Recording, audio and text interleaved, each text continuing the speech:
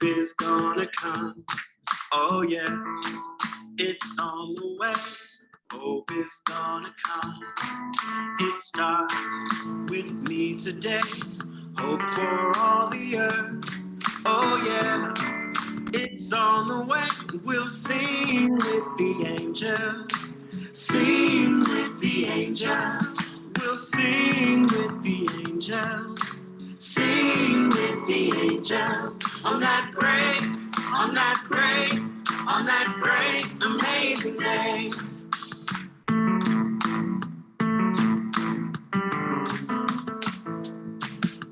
Peace is gonna come, oh yeah, it's on the way. Peace is gonna come, it starts with me today. Peace for all the earth, oh yeah, it's on the way. We'll sing with the angels, sing with the angels, we'll sing with the angels. Thank you all for joining us this evening.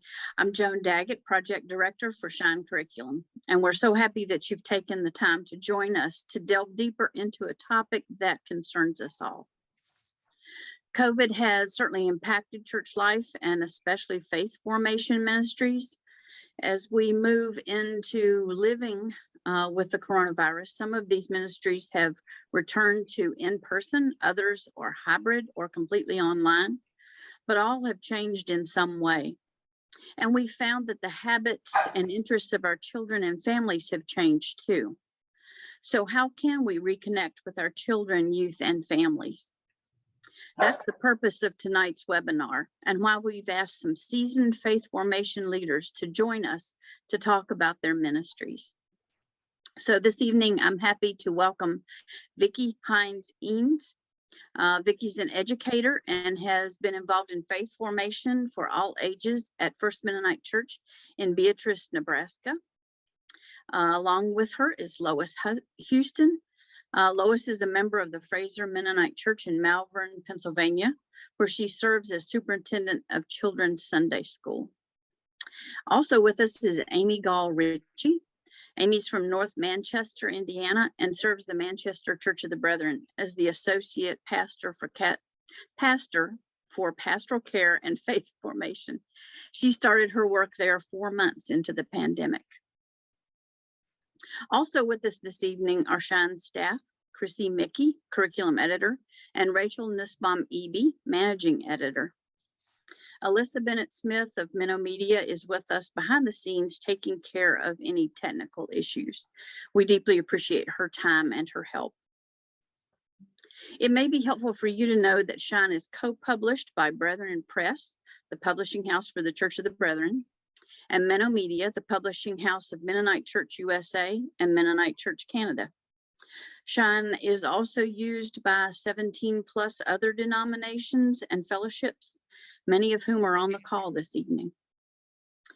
We will be recording this webinar, and we'll have a link to the recording available on the Shine website and our Facebook page. And we'll also send the link in an email to you in the next few days. We hope to have some time for questions at the end of our discussion. We do invite you to use the Q&A feature to type in your questions. You'll see that here at the bottom of your screen. If you'd like to say hi and tell us your church or where you're listening from, please use the chat feature. Both the chat and the Q&A feature are found at the bottom of your screen. So let's get started. Vicki, Lois, Amy, it is so great to have you here this evening. So let's start by having you tell us about your ministry setting and what is working for you. How are you connecting with families and children during this time? So we'll start with Lois. Good evening. I attend Frazer Mennonite Church. It's a small church about 40 miles west of Philadelphia. We draw from a large geographical area for our attendance, and I counted up today that our families represent about 10 different school districts. So none of our children see each other during the week in school or in other activities. So Sunday is a very important time for them to connect with each other. When we started the lockdown in March, we went immediately to a Zoom church service, but Sunday school just sort of stopped. But our pastor, Amy Yoder McLaughlin, began meeting with the children every Saturday morning for about an hour. She did that all from March all the way through the summer into September. And it was just a fun time. She would have them bring things and share. And it was just a time to stay connected with them. Then in the fall of 2020, and for the whole year, we did all of our Sunday school classes on Zoom. We made sure that all of the Shine material got into the homes, and every teacher was willing to do it on Zoom. And after our church service on Zoom, we moved to Sunday school classes, and it worked quite well. There were a few people who dropped out that weren't willing to do that. But for the most part, the children participated fully. And we don't usually have some Sunday school during the summer, but then in the fall of 2021, last fall, we started to meet outside. And so I purchased lap desks and all different kinds of things that would make it easier for a Sunday school teacher to have a class outside. As long as the weather cooperated, we were successful in doing that. In October, we started to move inside with masks, and then we lost some families because they were not comfortable coming inside. We're inside all the time now. I think it was when COVID was spiking over the winter, I think January, we stopped Sunday school and just Zoomed for a while. And then we picked back up again inside. We had to find larger spaces. Our Sunday school classes our rooms are small. And so we had to find larger spaces. We're using the church nursery, we're using a hallway, just so that the children could spread out a little more. But our attendance has been pretty consistent, which I'm very pleased about. I would say that we may have lost one family whose children do not attend the Sunday school, but it's very important for them to have that connection. We also provide, we put out an e-newsletter every week, and I put the Shine at Home bulletin blurb in that newsletter so that if they attended Sunday school, they can expand on that lesson at home, or if they weren't in Sunday school, they know what was taught, they can read the scripture and do the activities. Is it used or not? I don't know. I've never done a survey to see whether it's used, but I'm putting it out there anyway. We need to make it available for them. Our youth programming in September we met all of the youth from kindergarten through high school met on the first Saturday of every month for 2 hours from 5 to 7. They had pizza at 5. Then they broke into age groups and did activities relating to peace. They were called the FMC Peacemakers. And that worked well. Families liked it because all of their children were involved at the same time. The parents, for the most part, had a couple hours of freedom on one Saturday a month. It was not enough for the youth. They wanted more than just one meeting a month because that wasn't enough connection for the high school group, but something to look at. The other thing, we have a very active mentoring program, which continued all through COVID, and we recognize different faith markers. In fact, we just had last Sunday had a blessing ceremony for 4 of our young teens, and they met with our pastor for several Sundays. They planned the whole service and participated in it. And we had a time of blessing for them, made notebooks for them, and the parents in the service gave a blessing to them. So we try our best to make them feel cared for and connected and part of our community. And we've just, our theme, our pastor said, we've just have to be able to pivot. We had to pivot a lot during the last couple years and adjust as things changed. That's about it. Amy, you can go. Well, I love the things that you shared, Lois. There's some similarities with us, and it just feels confirming that we're moving in the right direction. Where we are right now is sort of full circle for where Sunday school has been prior to the pandemic, at the start of it in March 2020. And we would not have gotten here had we not taken particular steps during our time apart. At the Manchester Church of the Brethren, we're in a very small town. It's very rural, but it's a university town. And so our children's program is about 50 to 55 kids. Now that's pre-K through senior high. I don't oversee the junior high and senior high program, but that's the group that we're working with. We're now in the building together. We did about 15 months apart, and we were just under 300 in average attendance before the pandemic, and we're only at about 150 to 180 now back in the building. We do live stream, and so we have several hundred who are on live stream, and we don't know who they are. So we find out bit by bit. Someone will send us an email, and we see who's there. But that's been a big shift for the kids and for the adults and for the whole community, because it feels different. Joan shared that I started there at the church 4 months in, and so I don't have any pre-pandemic experience. So it's all new. It's all new for me. I think what has really worked for us was when the pandemic hit, the church, we were already doing live stream, but they went completely live stream. And then the Sunday school hour was Zoom. And we had 3 teachers who didn't know anything about Zoom, and they dove right in, and they would prep together on Saturday and teach each other what they were learning during the week. And then on Sunday, they were always present for whatever child or number of kids wanted to show up. Sometimes there weren't any kids, and sometimes there were 5 or 6 kids, but the teachers were always there, and their conviction to be there without fail is everything, and the kids felt it. They knew that. They could articulate that.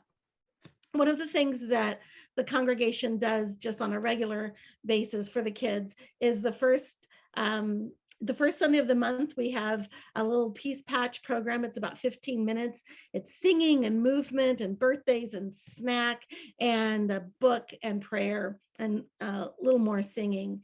And we wanted to know how we could do that on Zoom. Could we do that when we were apart? And we felt like this would give some good monthly connectors.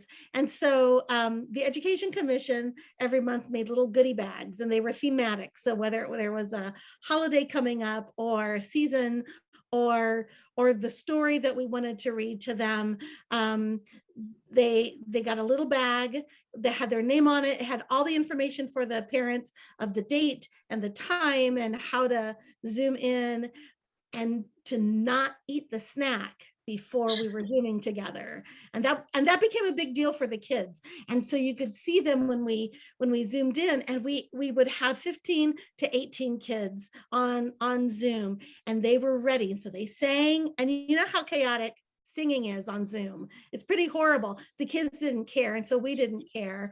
And we sang together, and we did birthdays, and then they knew it was snack time, and they would open the bags, and they would eat their snack together. It's the same snack. Everyone had the same thing.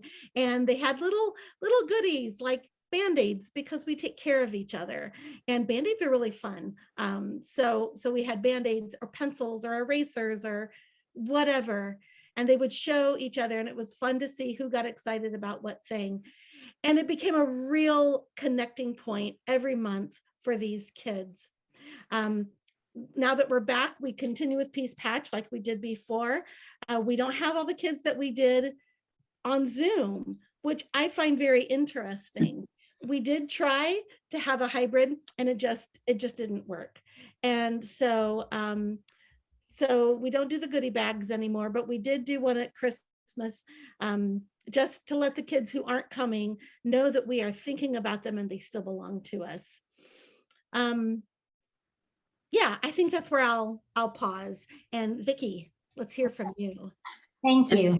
Vicki, we're having someone ask about, to be sure and tell us the size of your congregation, how many kids you have. Amy, I think you did that. And maybe after Vicki finishes, Lois can tell us the number of her and her congregation. Go ahead. Okay, thank you. Like Amy said, it's exciting to hear other stories of what they've done, and it's also inspiring to hear how everybody picks up and takes their part and works hard, because we found that too. We are rural. We're out of the town. The town size at Beatrice is about 11,000 people. We typically, before the pandemic, had 90 to 110 average attendees. The exciting part for our church, because like 10 years ago, I was thinking, oh, my generation may just close the doors, because we were a farming community. It's, you know, we saw when I first came here, it was 250 and it just kept on creeping downward. But right now we have 31 kids between the ages of 1 and 11. And then we only have 4 kids that are between the grades 7 and 12. So you can see where we're really hurting there with that gap. But it's very exciting because we do have a lot of kids and they're very involved. We were shut down totally from March till summer. We came and did, like some of you were talking about, we had Sunday school outside all together, and that worked pretty well. Then we were shut down again, and we would come occasionally for a little bit and then shut down.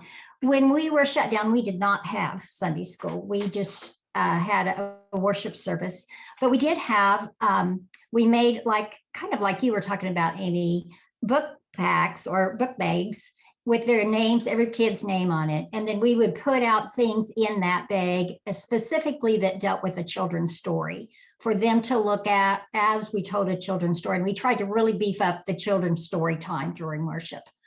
We also had, which was just a real find for us, a gentleman that's been in our church maybe 10 years, he and his wife. They've always been involved, but their kids are grown, so they weren't working with youth. He volunteered to tell children's stories, an extra children's story on Zoom every worship service. And he continues to do a lot of things with the children now. So that was, one of those great benefits from that. So what we did was always combine all the kids together, either be outside or we would use our basement so we could spread complete, as much as possible. But what is kind of fun for us and has been exciting now that we have returned, and at this point we have the same number of people that were coming earlier. And it's kind of created a whole new format for us this year. This is the first year we tried it for our Sunday school program. We divided our Sunday school program now into 15, 20-minute segments. We have Sunday school first from 9:30 to 10:30. The first 15 minutes is a singing time, and everybody is together. The next 15 minutes is also everybody together, and we have different storytellers come in. We use the Shine materials for the story. We have a lot of times that there are plays. We've gotten out old flannel graph things, which actually the kids love and have told the story. But then for the 15 minutes, we focus on the story, use the wonder why questions, just do a lot of things with the story.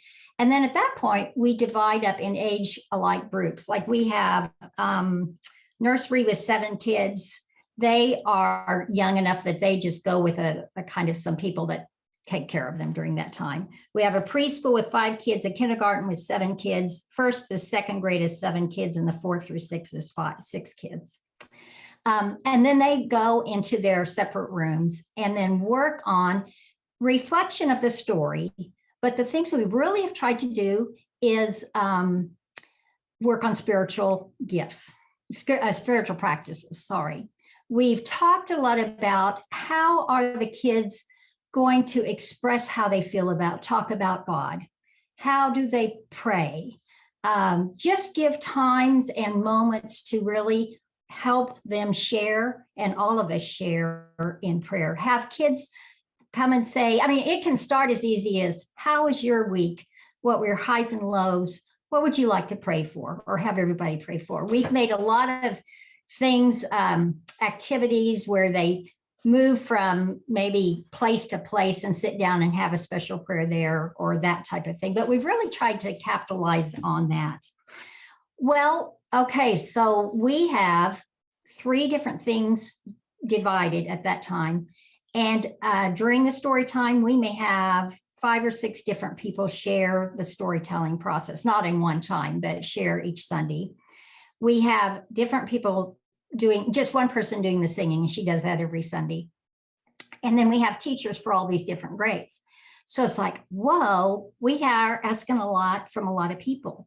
But the surprising part is so many of them said, I'll commit to 15 or 20 minutes. And, you know, instead we need a lot more people, but what we've loved is they've kind of invested in in faith development of our children, because they all know what's kind of happening instead of just the few main teachers, you know, that often shares. And the flip side is, because it seems like their commitment is much more manageable. You know, a lot of them say, I'll do 15 or 20 minutes easily, you know, but somehow sitting down with a class for an hour is sometimes just kind of demanding. And so what we have found is that, well, and in fact, what we did, so we divided then the year, and we don't do a summer, well, we do summer, but a different kind of summer thing for children. And so we divided it into 9-week sessions, thinking, well, if we can get one person to stay each 9 weeks, then, you know, that we can alter each 9 weeks. Well, what happened is every one of those that started the first 9 weeks stayed the whole year. We didn't have to change because everybody was excited. Some of the things that our goal was to develop community and relationship again, because, you know, we felt like we'd all been spread. And so what we found with everybody together for that first time, you know, how young ones love the older ones and the good modeling that older ones do for the young ones. The storytellers were often people my age and older. And so we had intergenerational contact and a lot of investment in that. And then we really worked on Bible literacy through the stories, through the Shine stories. You know what happens? Think how many our kids know characters, Disney characters, the princesses, you know, all of that. They can identify with them. They know them immediately. And so we talked about before Sunday school started this year, how can we make these kids, the Bible stories come alive so that people say, I know that character. I know, I can identify them, you know, the interesting things of David and what he did, and Miriam and her singing and carrying on with Moses. I mean, you know, if we could really get them excited. So that's what we really focused on. And then the third thing was the spiritual practices, like I was telling you about, to intentional opportunities for children to learn to kind of share their feelings about God, their faith, and talk and pray. So I think, you know, the pandemic actually helped us look at a new model. For right now, we're excited about it. We'll try use it again and probably do some adjustments, but we're excited about it right now. Great. I'm done. I'm sorry, I really kind of rambled there. Chrissie? Lois, do you want to tell quickly how many kids you have in your program? Yeah, our worship attendance is between 90 and 110 any given, which is up from before pandemic. We gained some people, and we have between 30 and 35 children from K through grade 12. So it's a fairly small group, but active. So great, thanks. So what are you hearing from parents and caregivers? What are they saying that their children and teens need from the church during this time? Amy, will you start? Sure. Stability, continuity, creativity, intentionality. I think the stability was really just solidified. The Shine curriculum was continuous through before the pandemic, during Zoom, when they got back in the classroom, they knew it, they knew what it looked like, it felt familiar.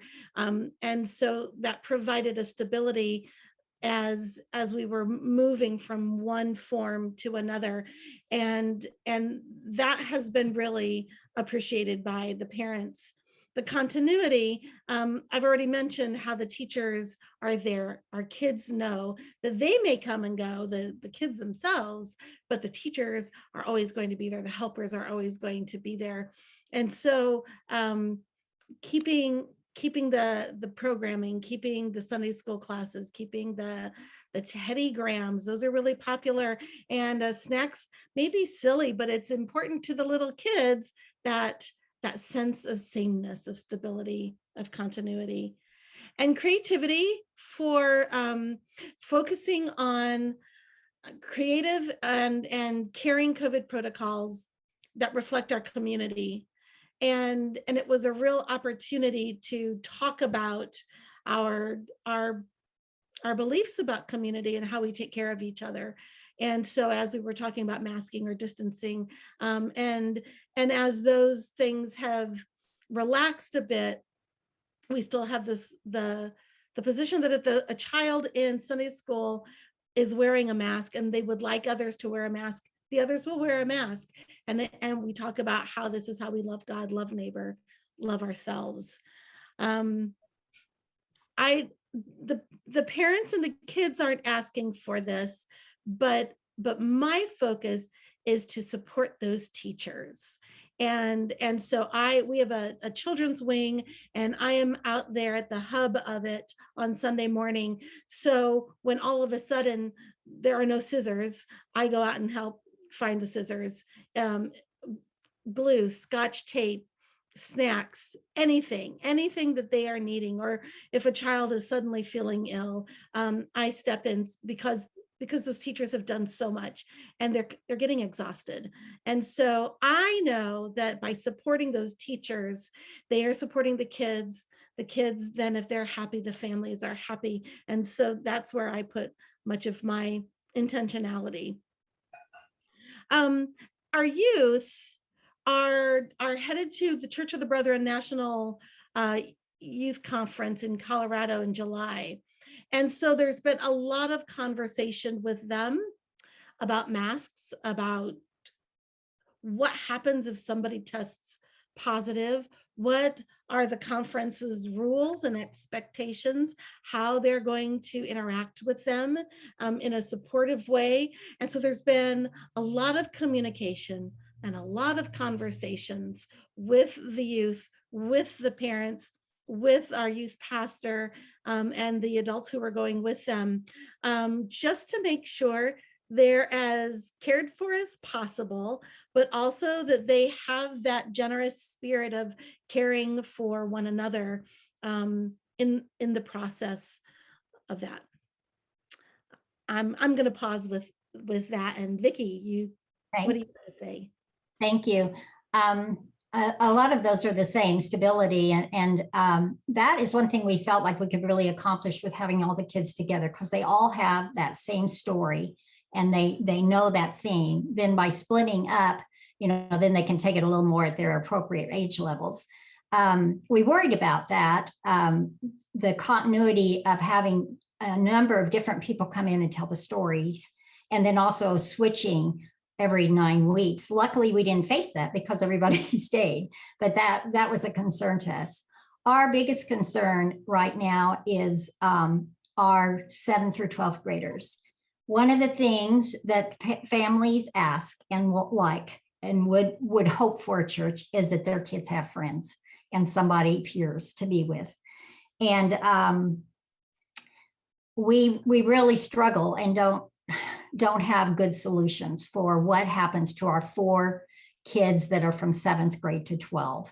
So you can see, first of all, that's a huge grade. That's too much of a gap, a 7th grader and a 12th grader, really to be in the same Sunday school or same discussion groups, although they are, just because we don't know what else to do. And so that is one area that we really are concerned about, and I would love some more ideas for that.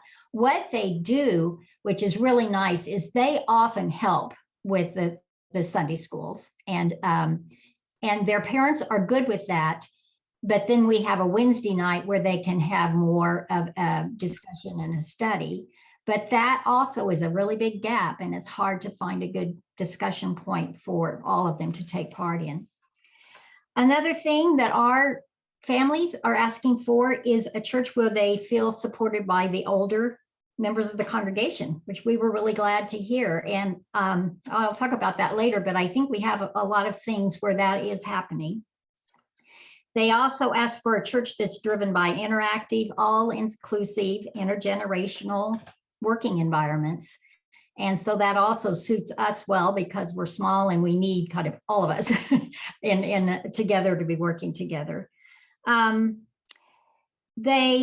We have VBS, we have a good VBS summer session. Usually for us, we can draw in some community people, and so we get some more kids in for that. We have Wednesday nights, we have Peace Club, we call it Peace Club, and we have prayer partners that are like mentors, that they join early with that person when they start Peace Club and go all the rest of the time with them, unless there's a problem or there's a need for a change. And it was kind of so touching. Just not too long ago, I was at a memorial service from someone from our church, and that person's prayer partner, who is quite old by now, spoke and just told what kind of difference that made. So, I think those kind of interactions and those kind of things make a huge difference and impact on kids' lives. Okay, Lois, what kind of things do you have going on? Most of the parents really want a community where their children feel connected and valued for who they are, and where they can ask questions and give the most crazy ideas, and not be judged for it. In fact, the youth that had the blessing ceremony they chose the Good Shepherd theme, and the pastor put on a sheep costume for the service. So to prove that church could be anything, we can have fun in church, and it doesn't have to be staid and proper. And they want a church that where Christ's way of peace is modeled for them in the interaction of the whole community. But community is very important for the parents. They want that very much for their children.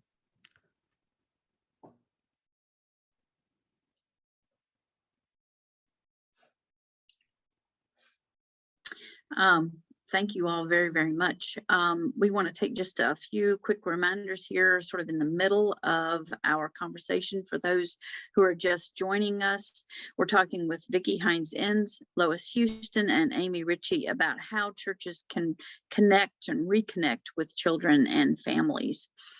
And so we want to sort of look to the future now for the rest of our time together. What have you experienced that gives you hope for faith formation of children and youth as we transition from the more pandemic stage to maybe an endemic stage of COVID? And we'll start with Vicki. Okay, thank you. It was kind of a coincidence, but just a couple of weeks ago, we, as a congregation, read an article from Dave Boschart that is The Vital Witness on a Rural Frontier. And one of the things that we as a church, and probably all of us have talked about already, is that experiencing that lack of community, of being separated, has made us value what community really means. And we've kind of all touched on that. His article, he said this, he says, this is a quote: "Historic rural churches have a long, rich tradition of faithfulness that has withstood pressures of time and change. In a world that worships the individual, Rural congregations value community and retain wisdom about how strong communities are constructed. Well, that just kind of made us feel good because it felt like, you know what? That can be a strength of a small rural church to understand community, have that huge need for community. How can we capitalize this and use community to really make a difference? And so we have just recently been working on that. And here are two things that we have done for a number of years. One of them is that about 4 times a year, we tell all the young adults, which is probably about 11 to 12 couples. They keep on getting a little older and said, well, I'm not sure we're young adults anymore, but about 12 couples, we say, okay, we're going to bring all your kids at the church that evening. And then we have supper for them, we play, grandparents are there, but then just other people our age come, and we just have an evening where you're creating community with the kids and that are at the church. And the young adults have a night out to just spend time connecting, visiting, probably serious talk, hopefully a lot of laughter, that type of thing. And we try to do that 4 times a year for them. And they have appreciated that very much. And that has made a big difference for them. We also, for probably the last 6 years, have budgeted for the young adults to have a retreat weekend where they bring in a speaker that sometimes talks about parenting, sometimes talk about, just different things of what they're doing. And so that money is there for them, and they can always bring someone in, and they don't stay here. They go just somewhere not far away and just spend a weekend together. And that's worked really well. The other thing that I talked about already is we have the Active Prayer Partners, which is a sustaining program. The next 2 things that we're trying now is WMS, Women's Mission Society, and we have a men's fellowship.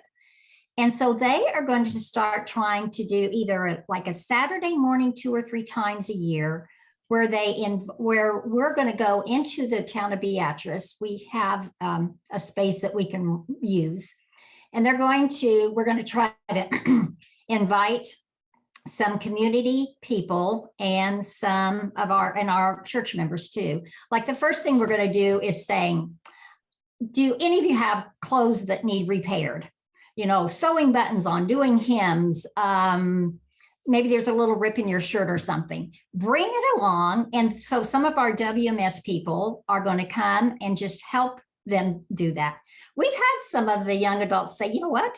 I don't even know how to put in a hymn. I don't know how to thread the needles. I just haven't done that. So that's going to be intergenerational, and we're going to also do it. And we have a mother-to-mother program in town that we work with. And so we're going to try to do that to widen our community from just our church to the bigger community. Through the men's fellowship, they in the past have made sawhorses. We're rural, remember, sawhorses to take to the MCC sale. And so they're going to try to have some times where the kids and young men, if they need to, can come in, and women can come in and just use some tools and learn some things. So those are kind of 2 of the newer things that we're going to try to do to not only extend community for us, but maybe try to widen that community to understand what a community can do for each other. So that's kind of what we're trying to work on right now. Okay, let's see who's next on this one. I don't even know. Lois, is that you? Yeah, I'll go. Oh, thank you. There's 2 things that have brought me a lot of hope for the future of Sunday school. And one is the number of families who have remained committed to coming and to making sure that their children are in Sunday school. That has really given me a boost. There's a few who are, here and there, and some of it is health issues and some of it is travel, but for the most part, we have a good core of families who are committed to being there. The other thing that gives me hope is before pandemic, we had a time, we have our church worship service first and then Sunday school. And between the worship service and Sunday school, we would have a snack time with the children. And pandemic, we stopped doing that, and we had never reinstituted that. And a couple parents came to me and said, we feel that's really an important community time for our kids, and we would like to see that happen again. And they chose to supervise it and take over it. And so them being willing to take leadership in something that's going to give their children a more sense of community made me very hopeful. What's giving you a lot of hope, Amy?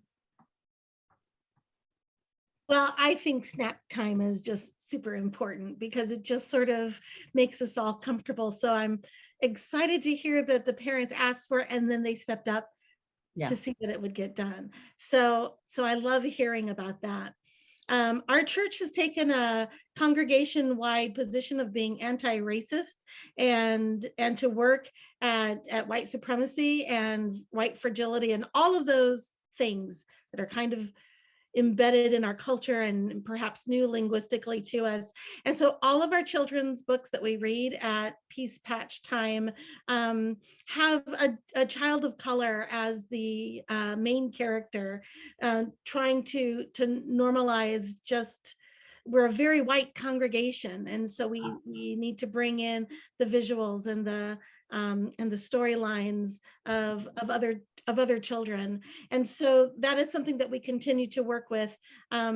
We are an open and affirming congregation. And so working with our language of faith, our language of inclusion of who we welcome. And so again, at Peace Patch, when we sing that the birthdays, even if the child who is born in May isn't there, we sing to them anyway. And every month we say, we sing to them because they belong to us. And even if they're not here, we belong to each other. We also sponsor 2 refugee families, and so the kids have welcomed the children of those 2 families in, and as just the practice of widening the circle, and so that has been invaluable. The kids are so adaptable. And I think to some extent, and you can correct me if I'm not accurate in this, they've already moved beyond the pandemic. They've gotten used to it. It has become part of who they are, and they want to be looking and learning and playing in bigger arenas that involve their creativity and their ideas and those kinds of things. And so the pandemic then becomes one piece of this bigger whole. I really love, Vicki, how you reimagined Sunday school, more togetherness with the singing, and then the intergenerational of having storytellers come in, and then a focus on spiritual practice. I love that. So I've taken some notes. I think that is something that we could incorporate into next year for our kids. That would be great to also get some input from you, because, you know, the more of us try some of those things and then have ideas to say, hey, this will work, that's very helpful for us.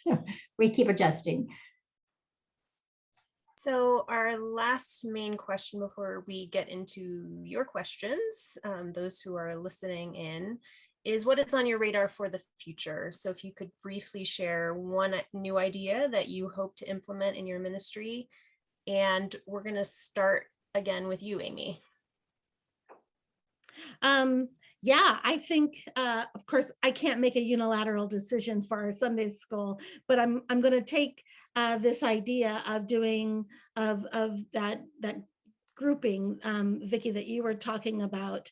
But I want to also slip in there, sorry, the importance of appreciating the teachers and having the voice of the kids be a part of that appreciation in front of the congregation. This has been so tough on our teachers.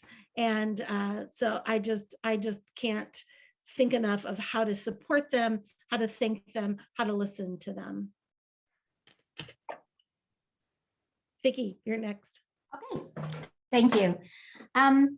We in the past have not had Sunday school for the children during summer, but we've had an adult class that would like to have something for them. So they've kind of had different things, just activities for the kids. This summer we're trying, and you can help us with this, Joan, are the current Seeking Justice Together. So we're going full-fledged with getting every member, every little kid involved in some way with it.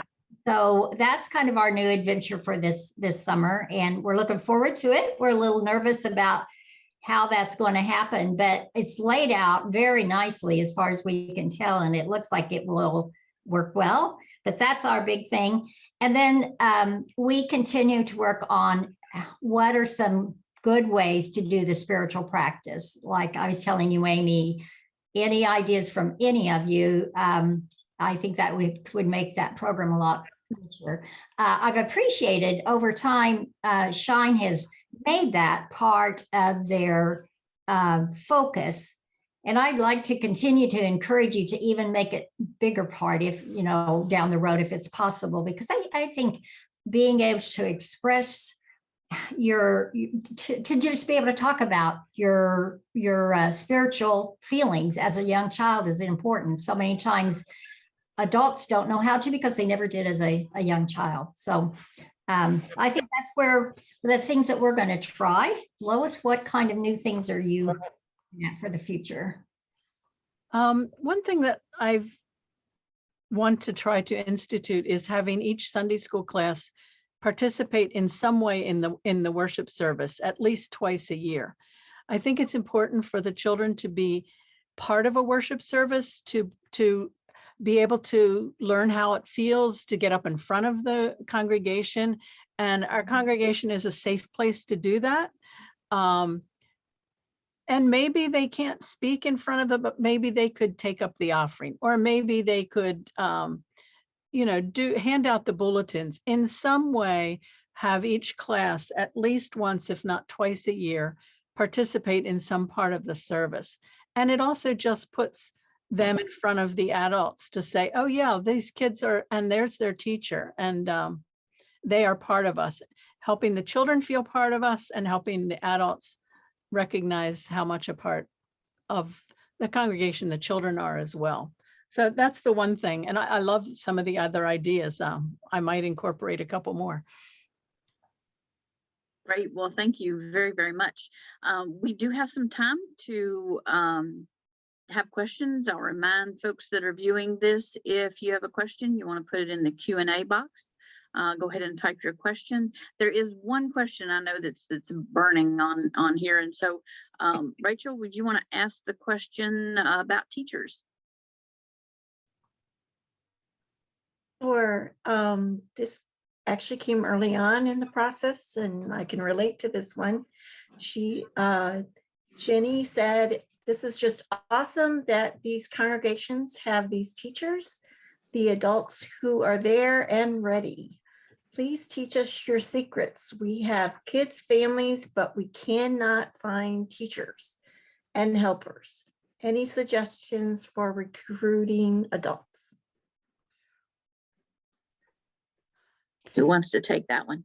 Well, I'll jump in, and this is just off the top of my head, but without sounding like a commercial, it is so great to have solid curriculum so that we can say to someone here, and you walk it through them and they see that, oh, the scripture is there, the story is there, the crafts are there, all the pieces are there, and all they have to do is implement it. Do it with the kids, and also let them see how much fun it is. It is a lot of fun. It is exhausting, and so if there can be two at a time, but I think I don't want to keep harping on Vicki's great idea, but if you don't have a lot of teachers, bring them together. So if you have two people, do it a more of a group rather than lots of different Sunday school classes. Just thinking outside the box, but solid curriculum is absolutely key. One thing that we try to do each fall is launch a new Sunday school year. And we try to put in a lot of information about how all congregation members can be involved, kind of really put it out there and just say, ask them about this. And then we also put every Sunday what the children studied in the bulletin, what the children studied that day, and what they will the next Sunday, so that maybe more people can start be invested. Now, that doesn't mean they'll go teach, but I think the more that they kind of know about what's happening with the children's program is important. One other piece I did forget about our new format. We tried to take at least 2 times during the year, maybe, I think this year we did 3, where we all meet together during the whole time and do a service project. And sometimes, I mean, it's been put together MCC kits. We did something for some of the shut-ins and got stuff ready to take to them. And then that draws in some different people, and the teachers kind of get another break there because they're often down there, but somebody else comes in and does that. So that might be a stepping stone for some people to get involved for just 2 or 3 Sundays where there's a service project and it doesn't maybe feel so overwhelming. So those maybe it might be a couple ideas.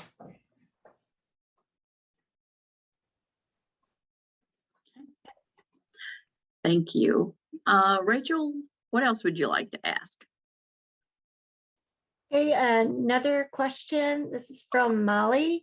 Have all your churches restarted Sunday school as it has been pre-pandemic? Did you have to make any changes?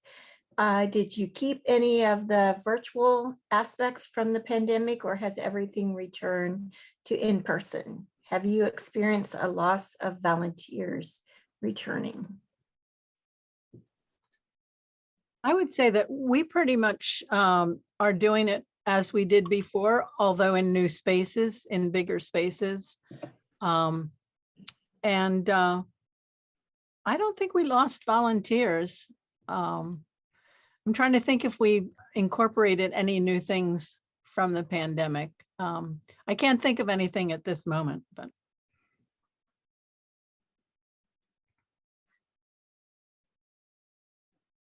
We have not tried to do, none of our classes have tried to Zoom with students at home and teaching in the classroom. We've talked about it and we just said it was going to be entirely too difficult to do that. So we have not done that. We do that for worship services, but not for Sunday school. We're at that similar place of Lois's congregation. Another question, and this is from Evan. What are some ideas to reconnect with families and children that have left the congregation?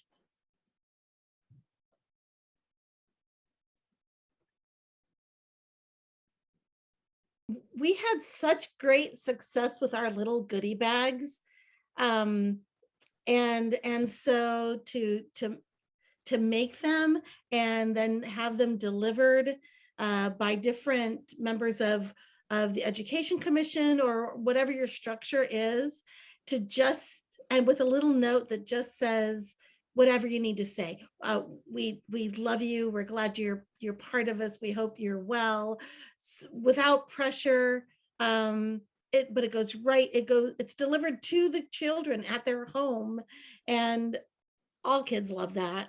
And it's a statement. It's a physical statement in this time when we're kind of apart. That's just something that we have done. So Amy, who delivers that? Do kids come and deliver that to other kids or somebody in your congregation? No, I would put them together and then I would deliver them to the 5 education commission members. And then they each had their 3 or 4 families that they took them to. So it was, we shared the load because that would be a lot of driving for one person.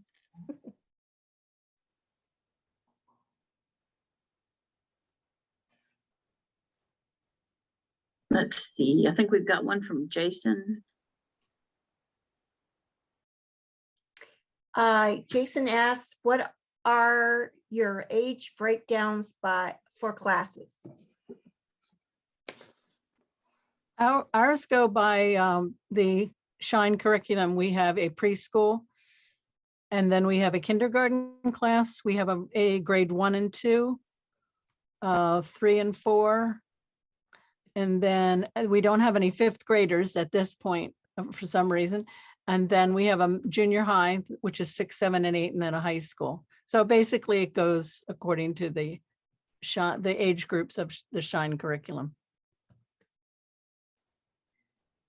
Ours kind of alters depending on what we have in church, you know, the numbers for different grades. But we have preschool, kindergarten, 1st through 3rd, 4th through 6th. And then that JYF, SYF that we have of 4 students. We have a preschool and then kindergarten through 2nd grade and a 3rd, 4th, and 5th grade, and then junior youth and senior youth. In the past, we use the multi-age material. That's been like 6 or 7 years ago because we just really didn't have very many kids at all. So we kind of had to teach everybody at one shot. And then we would use the inner or the multi-age, but now we also use just the levels. Great. Thank you. Well, this is great. We will try to you know, we are recording some of the questions, and we'll try to answer some as best we can after the webinar's over. I want to give Chrissie plenty of time to share a little bit about what's new for Shine.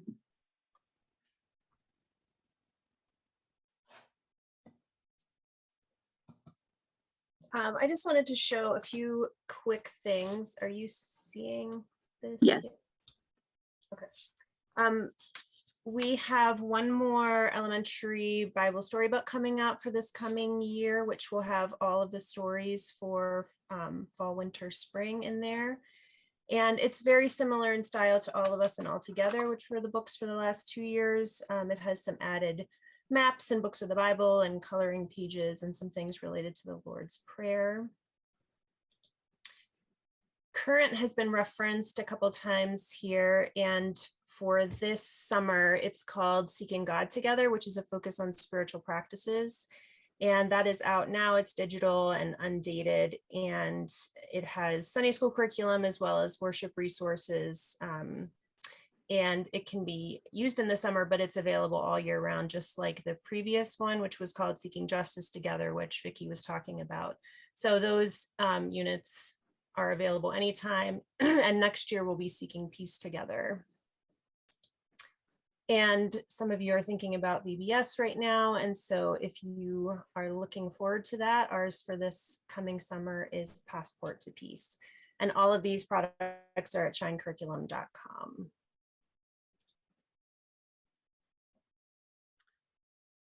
Great. Thank you, Chrissie. We really appreciate that.